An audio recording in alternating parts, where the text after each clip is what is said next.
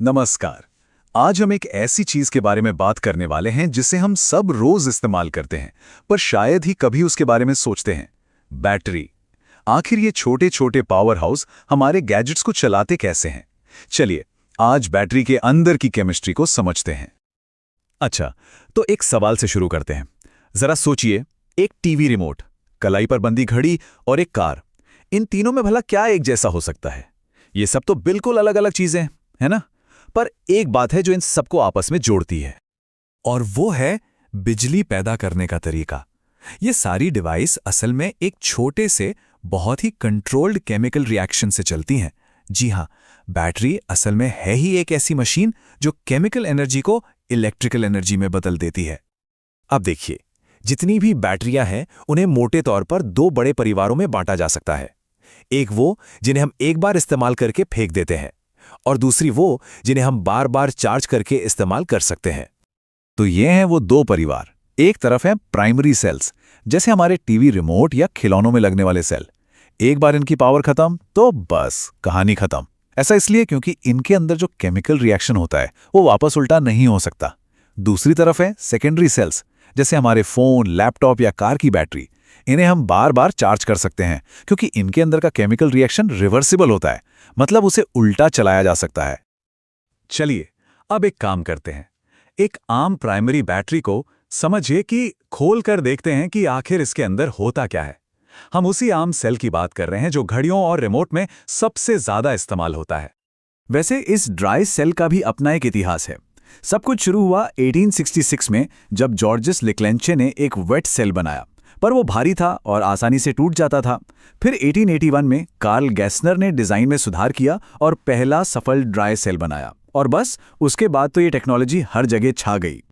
तो एक classic dry cell में होता क्या है? सबसे बाहर एक जिंक का डिब्बा होता है।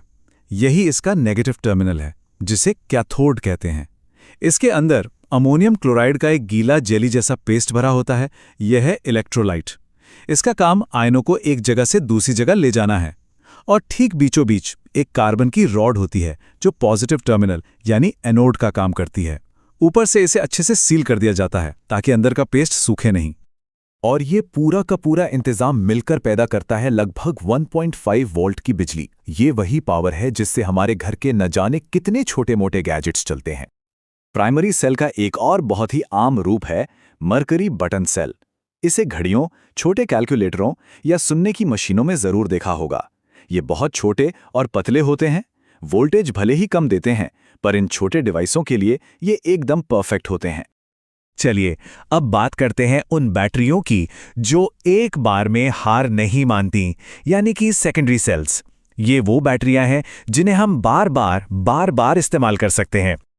इसका सबसे बढ़िया उदाहरण है लेड स्टोरेज बैटरी। ये वही भारी भरकम बैटरी है जो हमारी कार को स्टार्ट करती है या घर के इन्वर्टर को चलाती हैं। इसमें होता क्या है, लेड की प्लेटें होती हैं जो सल्फ्यूरिक एसिड के घोल में डूबी रहती हैं। इसकी केमिस्ट्री की सबसे दिलचस्प बात यह है कि एक ही एलिमेंट यानी लेड ऑक्सीडाइज भी होता है और रिड्यूस भी। यही इसे इतना पावरफुल और भरोसेमंद बनाता है।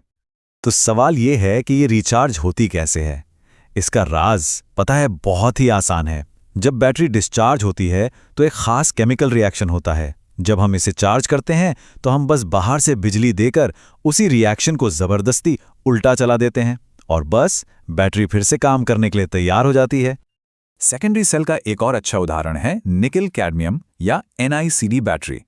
हाँ, ये थोड़ी महंगी जरूर होती हैं, लेकिन इनकी लाइफ बहुत लंबी होती है। मतलब ये बहुत ज्यादा बार चार्ज डिस्चार्ज की जा सकती हैं। इसीलिए इन्हें अक्सर लैपटॉप जैसे डिवाइसों में इस्तेमाल किया जाता है, जहां बैटरी का लंबे समय तक चलना बहुत जरूरी होता है। तो अब तक हमने प्राइमरी और सेकेंडरी सेल के बारे में जान लिया, लेकिन इन सब के पीछे का वो एक फंडामेंटल साइंटिफिक रूल क्या है?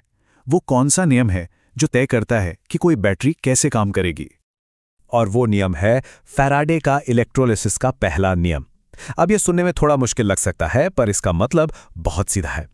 ये नियम कहता है कि किसी इलेक्ट्रोड पर कितना केमिकल रिएक्शन होगा, ये इस बात पर निर्भर करता है कि सर्किट से कुल कितना चार्ज गुजरा है। सीधे सीधे कहें तो जितना ज्यादा चार्ज उतना ज्यादा केमिकल रिएक्शन। अब यहीं पर एक बहुत आम गलतफहमी है जो शायद कई लोगों को होती होगी। अक्सर लोगों को लगता है कि ज्यादा वोल्टेज का मतलब है ज्यादा पावरफुल रिएक्शन, पर असल में साइंस कुछ और ही कहता है। तो सबसे ज़रूरी बात यह है कि बैटरी कितना काम करेगी, ये वोल्टेज पर नहीं बल्कि चार्ज पर निर्भर करता है। इसे ऐसे समझिए, वोल्टेज पानी के प्रेशर जैसा है, लेकिन कितना केमिकल रिएक्शन होगा ये इस पर निर्भर करता है कि कुल कितना पानी बहा। और कुल पानी का मतलब है चार्ज। चार्ज को हम निकालते हैं करंट को समय से गुणा करके। यही वजह है कि कुछ चार्जर हमारे फ़ोन को ज़्यादा तेज़ी से चार्ज करते हैं।